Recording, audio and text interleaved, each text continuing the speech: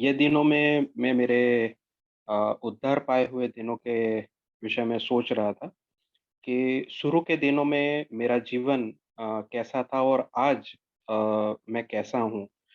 तो वो 2 चीज़ का मैं परीक्षा कर रहा था कि शुरू के दिनों में जैसे ब्रदर ने बताया कि मेरा जो प्रभु के प्रति मेरा जो डिवोशन था, उनके प्रति जो मेरा लगाव था, वो कितना प्योर था। क्या क्या चीज़ थी कि मैं उनके पास भगा हुआ चला जाता था। और आज के दिनों में ऐसी क्या चीज़, क्या रुकावटें आती हैं कि जिसकी वजह से मैं उनके पास अ, आज मैं भागा हुआ नहीं जाता हूँ। हाँ, मुझे उनके पास जाने की बहुत ही इच्छा है, डिज़ायर है। फिर भी ये क्या चीज़ है? तो वो चीज़ मैं सोच रहा था ये दिनों में और एक चीज़ मैंने पाया कि शुरू के दिनों में मैंने प्रभु को जैसे प्रभु यीशु को प्रभु के तौर पे मैंने उनको स्वीकार किया था और और इतना ही नहीं और मैंने उनको मुक्तिदाता के तौर पे भी मैंने उनको स्वीकार किया था। तो ये दोनों चीज़ के तौर पे मैंने उनको स्वीकार किया था ताकि हम उद्धार पाएँ। तो जब परमेश्वर के अनुग्रह से मेरा उद्धार हुआ तो ये दोनों चीज़ वो टाइम के ऊपर इन्वॉल्व थी, इंक्लूड थी। लेकिन आज जब मैं देखता हूँ मेरे जीवन में तो मैं कई बार यही करता हूँ कि हाँ, प्रभु यीशु मेरा मुक्तिदाता है। तो वो जो इतना ही काफ़ी नहीं है क्योंकि वो तो मुक्तिदाता होना मतलब सेवियर और हमारा लॉर्ड मतलब प्रभु होना, स्वामी होना ये दोनों को हम सेपरेट नहीं कर सकते। जैसे रोमियो की पत्री उसका 10वाँ चैप्टर और अ, 9th वर्स में यहाँ पे लिखा है कि यदि तू अपने मुख से यीशु को प्रभु जानकर अंगीकार करे और अपने मन में यह विश्वास करे कि परमेश्वर ने उसे मृतकों में से जीवित किया, तो तू उद्धार पाएगा। यही चीज़ यही चीज़ अगर हम मैसेज बाइबल के अंदर पढ़े तो उसका ट्रांसलेशन ऐसे होता है कि परमेश्वर का स्वागत करने वाला शब्द कहे, यीशु मेरे स्वामी है। शरीर और आत्मा को गले लगाते हुए परमेश्वर ने हम में वह काम किया जो उसने यीशु को मरे हुए में से जीवित करने के लिए किया था। बस इतना ही। आप कुछ भी कर नहीं रहे हैं।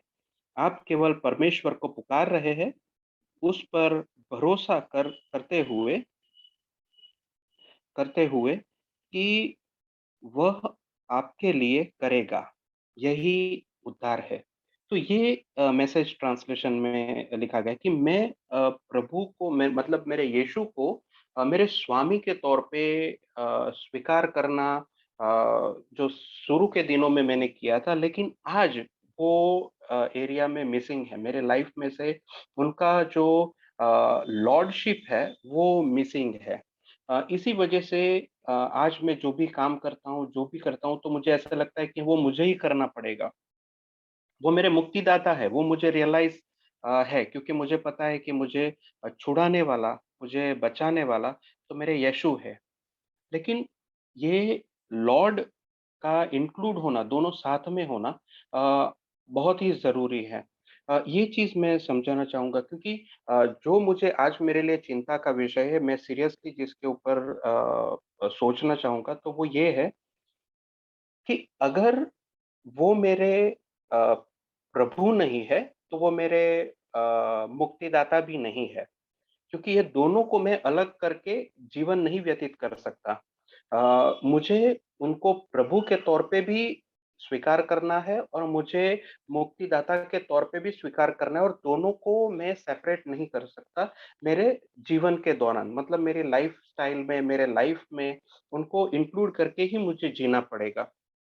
अगर जैसे हम एक इलस्ट्रेशन मैं देना चाहूँगा कि अगर हम कई बार ये फ़ेयरी टेल्स हमने पढ़ा, तो ऐसे मान के चलिए कि कोई एक एक कन्या है जिसको अगवा किया जाता है और एक राजकुँवर है कि जो राजकुँवर वो लड़की को छुड़ा लेता है और जब वो छुड़ा लेता है तो वो दैट इज़ सेवियर वो उसको वो मुक्तिदाता बन गया उसका। तो वो जब उसको बचा लेता है, तब वो लड़की मनोमन अपने दिल में उसको चाहने लगती है, उसे अपना पति, स्वामी या प्रभु स्वीकार करने लगती है और फिर उसके बाद उनकी शादी हो जाती है। ये फ़ेयरी टेल में होता है, लेकिन कुछ सिमिलर हमारे लाइफ़ में भी ऐसे होता है कि हम कन्या हैं, हम कलीसिया है, हम दुल्हन हैं। तो जब दुल्हन के अंदर अ, अपने दूल्हे के प्रति अ, ये जो ये जो फीलिंग जो है कि वो मेरे स्वामी है, वो मेरे प्रभु है, वो मेरे लॉर्ड है, तो वो जब उसमें से मिस आउट हो जाता है, मेरे लाइफ में से मिस आउट हो जाता है, तो मैं किस टाइप की दुल्हन हूँ, मैं किस टाइप की कलीसिया हूँ कि जहाँ पे लॉर्डशिप मिसिंग है, जहाँ पे मैं प्रभु के तौर पे, स्वामी के तौर पे मेरे लाइफ में उनका इंटरफेरेंस है, वो मुझे नहीं चाहिए। हाँ, वो मेरे मुक्तिदाता है, वो मैंने स्वीकार कर लिया और मैं उसी तरह से उनके साथ लाइफ़ स्पेंड करना चाहती हूँ या चाहता हूँ। तो ये जो आज के टाइम में सबसे बड़ी प्रॉब्लम है, तो मैं ये देखना चाहूँगा कि मेरे लाइफ़ के अंदर क्या मैं लॉर्डशिप प्रभु पद जो है, उसको साइड में रख के, क्या मैं एक कलीसिया या दुल्हन बन सकता हूँ? तो वो मैं अपने आप को झूठ के या फ़ॉल्स डॉक्ट्रिन या मैं अपने आप में झूठ को देख रहा हूँ। तो ये चीज़ परमेश्वर ने मुझे बताई कि मेरे लाइफ़ में से जो मिसिंग पार्ट है, वो है कि मैंने शुरू के दिनों में उनको प्रभु के तौर पे स्वीकार किया और उनका हर एक इंटरफेरेंस मेरे लाइफ़ में उनको सभी चीज़ के अंदर उनको इंटरफेयर करने का मैंने परमिशन दिया। लेकिन जैसे-जैसे समय बीतता गया, वैसे-वैसे मैंने खुद वो जगह के ऊपर काम करना कि हाँ, अभी प्रभु की मुझे ज़रूरत नहीं है, उन्होंने मुझे छुड़ाया है। लेकिन आज मैं खुद डिसीज़न ले रहा हूँ, खुद अपने आप काम कर रहा हूँ। तो ये मैंने देखा कि मेरे लाइफ़ के अंदर तो आज जो हम आखिर जो उद्धार पाएँगे, जो फुल साल्वेशन जो हमको मिलेगा, तो वहाँ पे मुझे उनको लॉर्डशिप कंसीडर करना बहुत ही ज़रूरी है। तो जैसे मेरे लाइफ़ के अंदर मैंने ये चीज़ पाया, परमेश्वर ने ये चीज़ बताया कि मेरा ये पोर्शन मिसिंग है, उनको लॉर्ड के तौर पे, उनको प्रभु के तौर पे मेरे जीवन में स्वीकार करना, स्वामी के तौर पे स्वीकार करना, तो वो मेरे लाइफ में मिसिंग है। तो हम अपने आप को जाँच सकते हैं कि क्या मैं सिर्फ़ उनको मुक्तिदाता के तौर पे, सेवियर के तौर पे मैंने एक्सेप्ट किया है और मैंने उनको लॉर्ड के तौर पे उन्हें एक्सेप्ट नहीं किया है या मेरे लाइफ में उनको नहीं चाहा है, तो फिर हम गुमराह हो रहे हैं कोई जगह पे। तो यही चीज़ मैं कहना चाहूँगा, प्रभु हमें ये समझ में आसानी दे। आमीन। This morning when we sang the song, आज सुबह को जैसे हमने इस गीत को गाया, in that song there's one line. It was sang like this: "There is no end to what God can do." और उस गीत के अंदर एक इस प्रकार से एक लाइन वहां पर थी कि परमेश्वर जो कुछ हमारे लिए कर सकता है उसका कोई अंत नहीं है। There is no end to what God can do. और जो परमेश्वर हमारे लिए कर सकता है उसका कोई अंत नहीं है। There's no limitation for God's work. और ये बताता है कि परमेश्वर का कार्य जो हमारे जीवन में होता है उसके लिए कोई सीमाएं नहीं है। The love that God has for me and for each and every one of us. और जो प्रेम परमेश्वर मेरे लिए और हम सबों के लिए रखता है।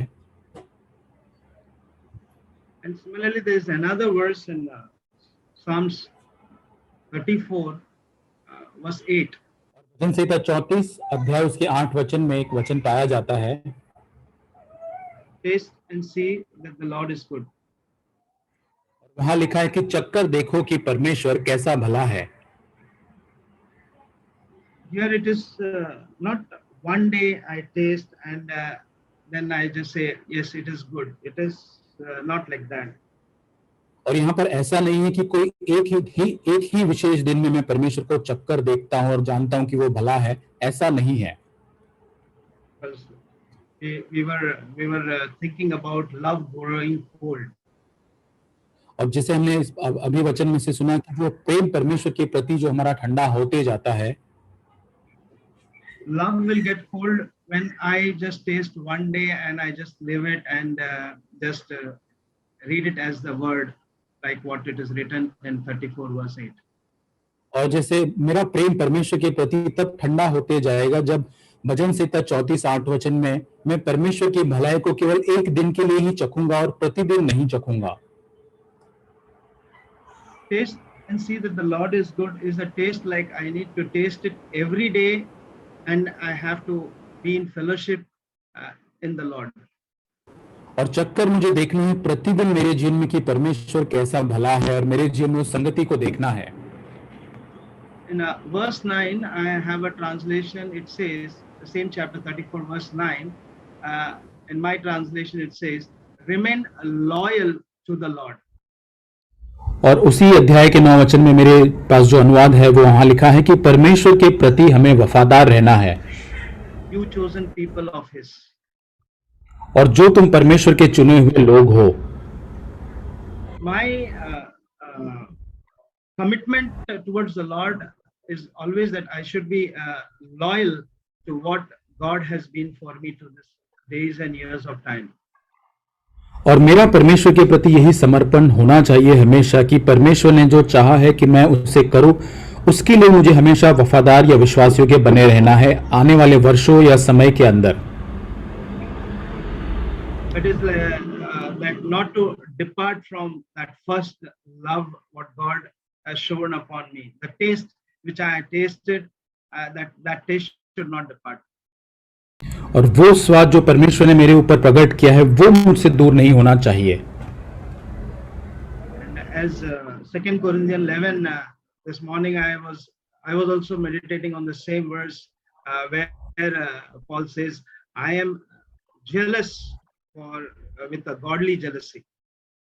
और दूसरे कुरिन्थियों 11 अध्याय से आज सुबह मैं मनन कर रहा था कि मैं परमेश्वर के लिए प्रति उस धुन के साथ में परमेश्वर में जलन रखता हूं। And in the third verse it says it should have that purity, and that purity is the devotion to Christ. और वो शुद्धता जो है, भक्ति की शुद्धता, वो है परमेश्वर के प्रति मेरा समर्पण। I should not lose that purity. और मुझे वो शुद्धता को खोना नहीं है।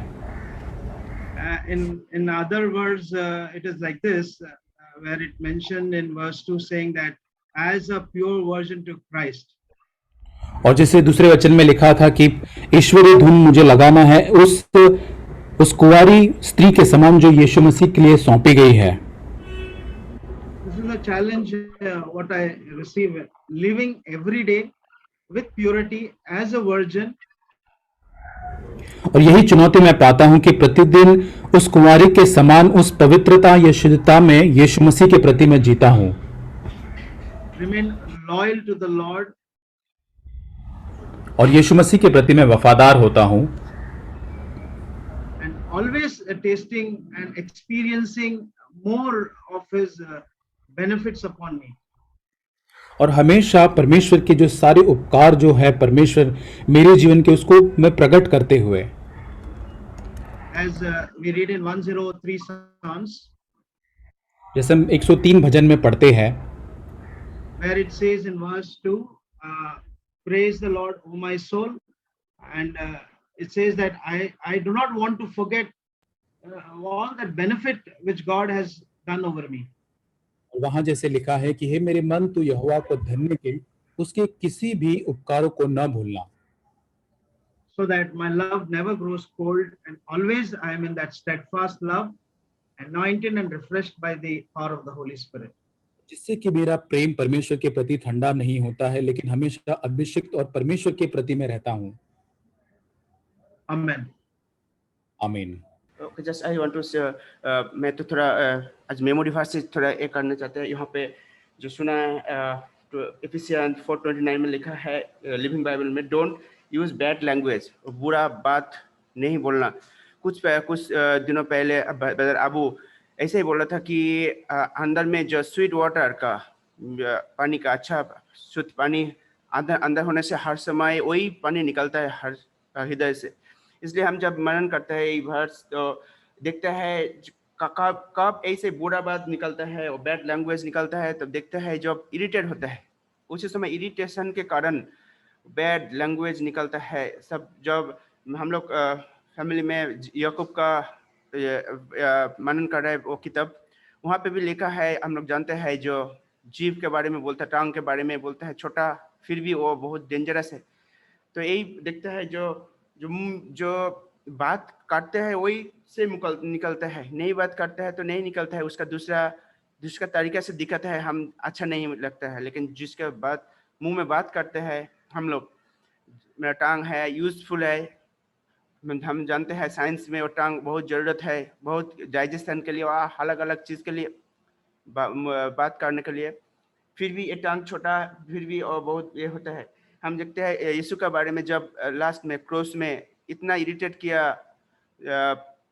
religious leaders, फिर भी in the 7 words we know that 7 जो बात को से बाता है प्रभु, फिर भी उसका जो अच्छा बात था good and helpful, living Bible में बोला था वही बात बोलो जो गुड एंड हेल्पफुल है।